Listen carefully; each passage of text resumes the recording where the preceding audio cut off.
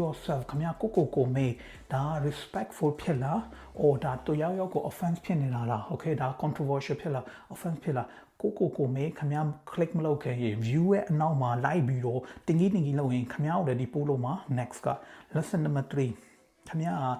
laws နဲ့ rules ကိုခင်ဗျာ follow လုပ်လားသူတို့နိုင်ငံလူတွေ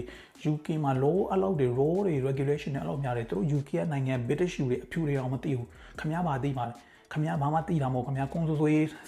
မှာစားပြီးတော့ကုန်းစားပြီးကြိုက်တဲ့နေရာမှာခင်ဗျားထွေးလိုက်မှာ okay ခင်ဗျားဟိုမှာ abroad မှာနေတယ်ဆိုရင်ခင်ဗျားနိုင်ငံခြားမှာနေတယ်ဆိုရင်တွားပြီးတော့ breaking the rules တွားပြီးမလုံးနဲ့ okay ခင်ဗျားရဲ့ visa ကို provoke လုပ်မှာခင်ဗျားရဲ့ visa ကိုတခါတည်းမြန်မာနိုင်ငံမှာတွားပြီးတော့ခင်ဗျားကိုပြစ်ချပလိုက်မှာ okay deportation လုပ်ချပလိုက်မှာပြီးတော့ job opportunity တွားပြီးတော့ view လုပ်ပြီးဟိုဟာဒီယာလိုချင်လို့ဆိုပြီးတော့ခင်ဗျားတွားပြီး act မလုပ်နဲ့သူများနိုင်ငံမှာနေတယ်ဆိုရင် follow rules and regulation okay follow rules and regulation ခင်ဗျားဘာမှမလုပ်ဘူးဆိုရင်တော့ pretend လုပ်ခင်ဗျား follow လုပ်တယ်ဆိုပြီးတော့လူတွေအရှိမတွားပြီးတော့ okay